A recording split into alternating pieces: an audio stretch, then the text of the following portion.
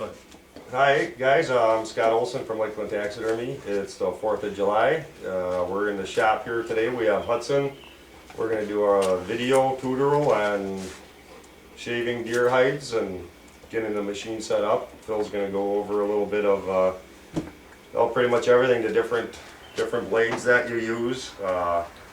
He's going to go through setting your guards the way they should be set up, using a tuning steels to leave your blade tuned. She's going to show you how to turn the lip up and down on your blade to do different cuts. And by the way, no one's ever seen Hudson. We'll introduce you to Hudson here, and you can take it from there. what we're going to do is, by popular demand, we're going to create a little thing here called Shaving 101. This is basically going to be basic machine setup, basic guard setup, steel tuning, and then we're going to get into some shaving. A lot of people that are not familiar with the shaving machine are probably going to get some pretty good input from this. Guys that have been doing it a long time, this might help you. Guys that have been doing it a long time, real long time, probably might not get anything out of this, but it's geared mostly to showing the beginner or the person that's just getting their machine. We're going to show the steps that it takes to become more proficient. Through the little presentation, we're going to give you some tips and some advice on how to get going with the fleshing. Fleshing is a results-orientated deal. It's not necessarily the only way you have to do it, but if you start out with good basic techniques, it's going to help you along the way, and you can become more efficient. You're going to be able to save a little money, and we hope in the future, and turn out a better product.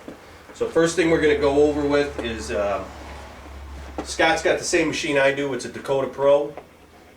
It's a good machine, one of the better ones out there. I like it.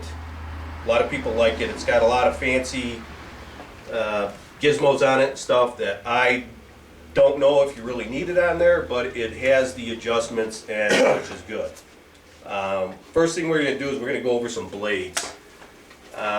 Basically, there's three types of blades you're going to, or four types of blades you could probably find mostly out there in the market. Scott's got a normal blade with a softer steel. This is your basic blade that probably comes with most machines, and this is a very easy blade to tune for beginners.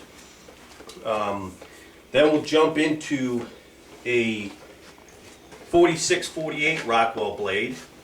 It basically has the same lip construction as this, but it's a harder steel.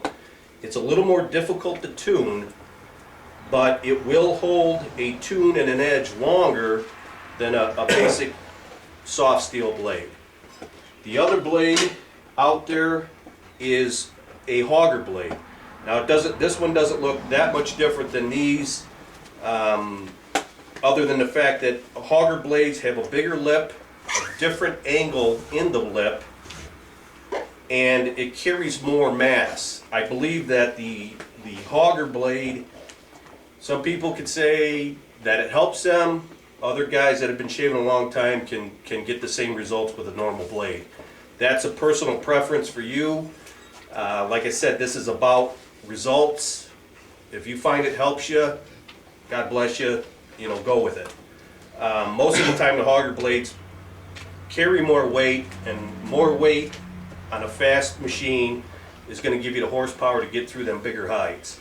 The last blade is a blade that most of us experienced shavers and tanners are more familiar with, and this is a very small profile lip blade, and it's a very, very hard steel.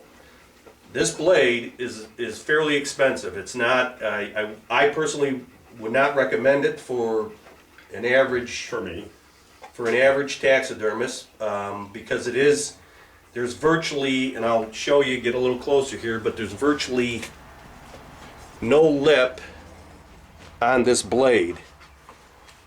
you could see that it's probably, if it's a 30-second or a couple 30 seconds, that'd be a monkey's uncle. This is extremely difficult to get your steels up under the lip if you're not familiar with the process. It's a great blade, but not the best for a beginner. These blades generally are running somewhere in the $50 range. The hardened steels might jump up a little bit more.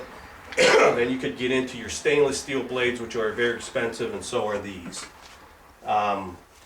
These blades are kind of nice because when they do get reground, the grinder will cut this edge right off, regrind it, and then bend it. So as this gets reground, you're not losing the radius in the blade that you might on some of these bigger lips. Now the important part about that is that every time a blade gets ground, you're going to lose some radius when it matches up with the blade. Meaning, the radius of the blade is going to get smaller versus the radius of your guard, so your cutting diameter is going to decrease unless you bring the blade out further. So you're resulting in smaller cuts. Smaller, deeper slivers versus bigger, wider pass.